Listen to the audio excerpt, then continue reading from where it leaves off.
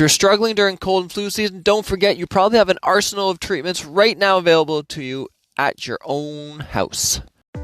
Introducing the Paramena Bliss Podcast, a show dedicated to unraveling the mysteries of achieving optimal health naturally as you transition into perimenopause and menopause. Get ready to join your host, Dr. Seth Yates, an experienced naturopathic doctor, acupuncturist, and kinesiologist, as he shares his wealth of knowledge acquired from over 40,000 patient visits and 15 years in working with perimenopausal females. Welcome to the Paramena Bliss Podcast. Hey, this is Doc Yates. Welcome to the Perimental Bliss Podcast, brought to you by perimentalbliss.com. And today I want to remind you 5 things that you probably, if you're sick right now, things that you probably have access to for home treatments, especially if you're dealing with something that's like a common viral infection, like a cold or a flu, where antibacterials, antibiotics aren't going to be the main treatment anyways. So these are things that you have access to at your own house so that you can start getting results. So, number 1, look in your fridge, and you want to make sure that you have stocked in there garlic, ginger, sage, all available at any grocery store. So even if you have a friend or a spouse who's out right now, be like, pick some of these up on the way home. Because remember, when it comes to garlic is an amazing antiviral. It's also a good antibacterial, so it can prevent secondary infections. But it's got to be fresh. So, dried garlic powders, and those are all good for heart health and cholesterol. When you're dealing for colds and flu, it's got to be fresh.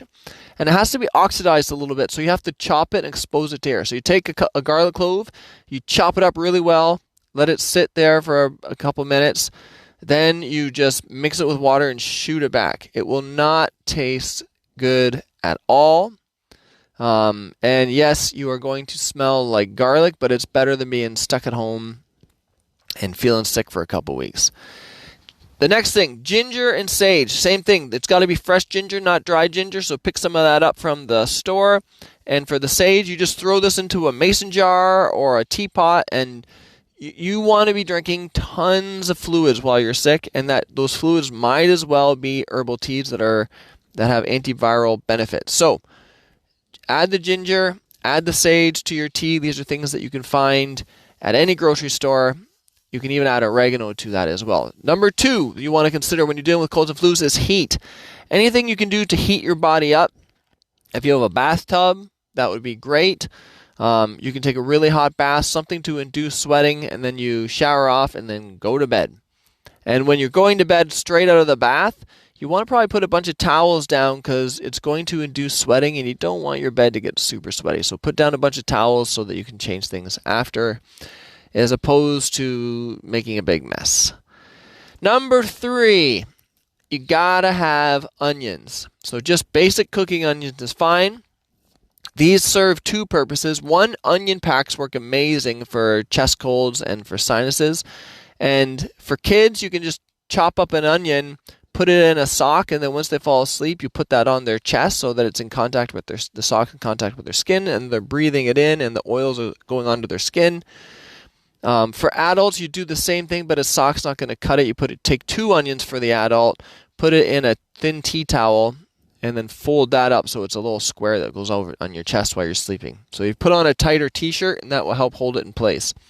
The other thing that onions are great for is that you dice up an onion, and then you cover that onion with honey and let it sit, and the juice that comes up through it and the honey itself will become something that will be a really good cough syrup. So, and again, the goal here is not for you to smell good. The goal is for you to get better. So the garlic, ginger, and onions will help for that.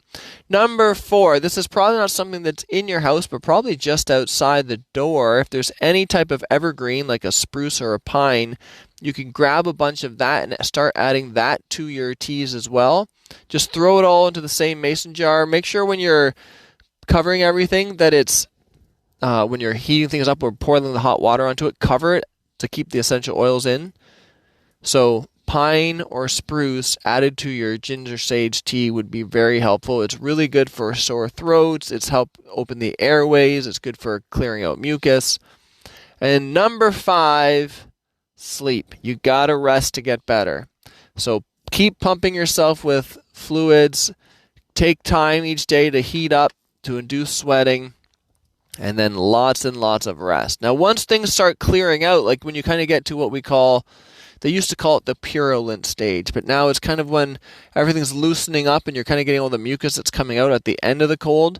That's when you don't want to be laying around as much. You want to get up and start moving to get all that mucus cleared out. And in the initial stages, you need to rest to get to your best. I hope this was helpful.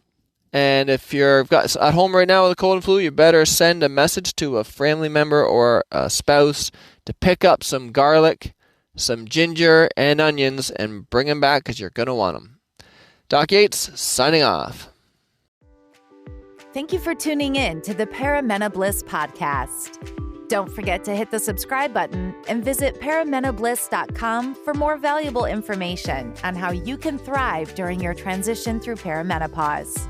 Join our community of like-minded women who are dedicated to achieving optimal health naturally, and stay up to date with the latest tips, tricks, and advice from Dr. Seth Yates. And we'll catch you on the next episode of the Paramena Bliss podcast.